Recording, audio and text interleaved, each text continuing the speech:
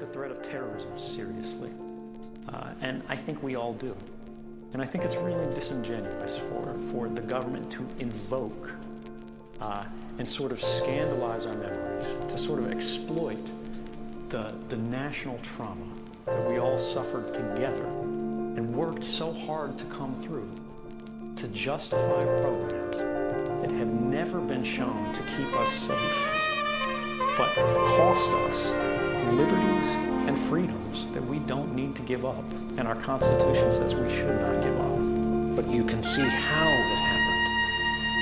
Guys with box cutters spent $200 using our own aviation system to take down our own buildings and smash into the Pentagon in a field in Pennsylvania. What are we going to do? It's a non-traditional enemy. The expression is an enemy we can't see. What are we going to do?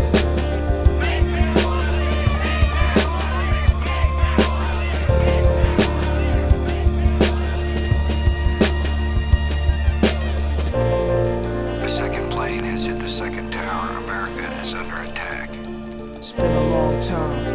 Been a long time coming. It's life or death with me now. But you know, there's no turning back now. This is what makes me. This is what I am. Okay, so it's a controlled demolition. What's the problem with that? Let's just think about this. Controlled demolitions cannot be engineered and rigged in a day. It takes months. And therefore this event must have been planned in advance. You know, and this is a key question that the 9/11 Commission considered. And what they found in the post-mortem, when they looked at all of the classified intelligence from all of the different intelligence agencies, they found that we had all of the information we needed as an intelligence community, as a classified sector, as the national defense of the United States, to detect this plot. We actually had records of the phone calls from the United States. The CIA knew who these guys were. The problem was not that we weren't collecting information. It wasn't that we didn't have enough dots. It wasn't that we didn't have a haystack. It was that we did not understand the haystack that we had. The problem with mass surveillance is that we're piling more hay on a haystack we already don't understand. And this is the haystack of the human lives of every American citizen in our country. If these programs aren't keeping us safe, and they're making us miss connections, vital connections, on information we already have, if we're taking resources away from traditional methods of investigation, from law enforcement operations that we know work, if we're missing things like the Boston Marathon bombings, where all of these mass surveillance systems, every domestic dragnet in the world, didn't reveal guns that the Russian intelligence service told us about buying land. Is that really the best way to protect our country? Or are we trying to throw money at a magic solution that's actually not just costing us our safety, but our rights and our way of life? World Trade Center 7 collapsed because of fires fueled by office furnishings. It did not collapse from explosives or from fuel oil fires. Well, we're told that the planes hit the buildings and there was an explosion and a fire. And about an hour and a half later, in the case of the North Tower, the buildings collapsed due to structural weakening due to the fires.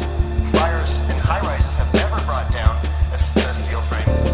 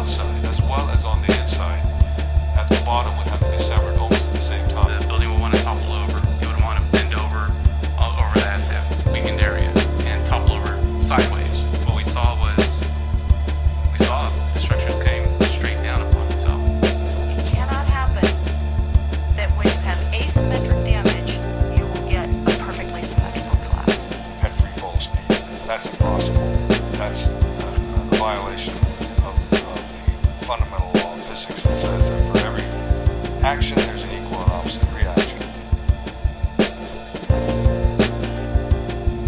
Whoever watched a building being demolished on purpose knows that if you're going to do this, you have to get at the under infrastructure of a building and bring it down. It's been a long time.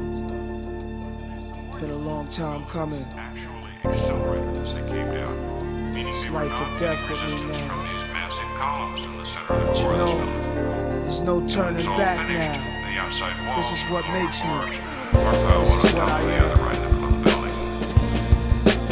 So it's fiction to say that a building as modern as World Trade Center 7 comes down with no resistance.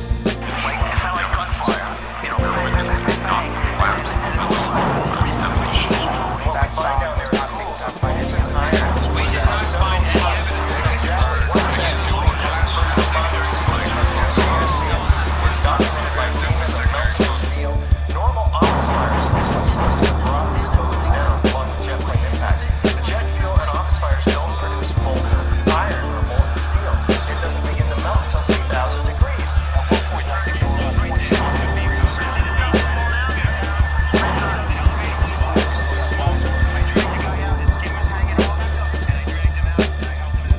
What we have found is a modern version of thermite, which we call nanothermite, which is produced in a different way. It's not just two powders being mixed. Thermite would also explain potentially the fact that the fires could not be put out at Ground Zero.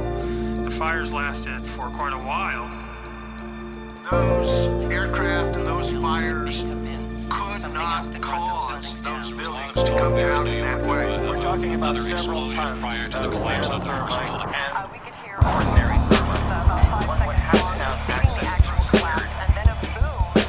Video cameras caught trucks arriving at the World Trade Center from about August 23rd until every night until about September 2nd, September 3rd. And the trucks were arriving at about 3 o'clock in the morning when everybody else had left the building, including the janitorial truck. Something was brought into that building that would help with the detonation. There may have been work done on the detonation before. It may have been going on for months, but whatever they needed at the very end, they came and brought in that 10-day period.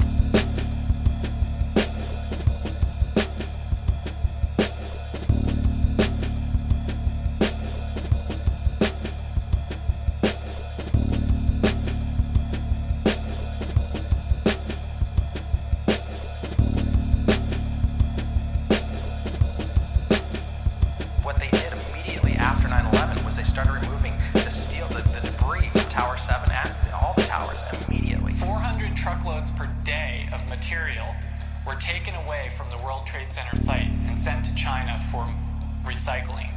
There were laws violated in the destruction of that evidence. Why is there not word about the collapse of that building in 911 Commission report? We didn't see any evidence of the kind of thing you're talking about. When in hell are all you people going to wake up?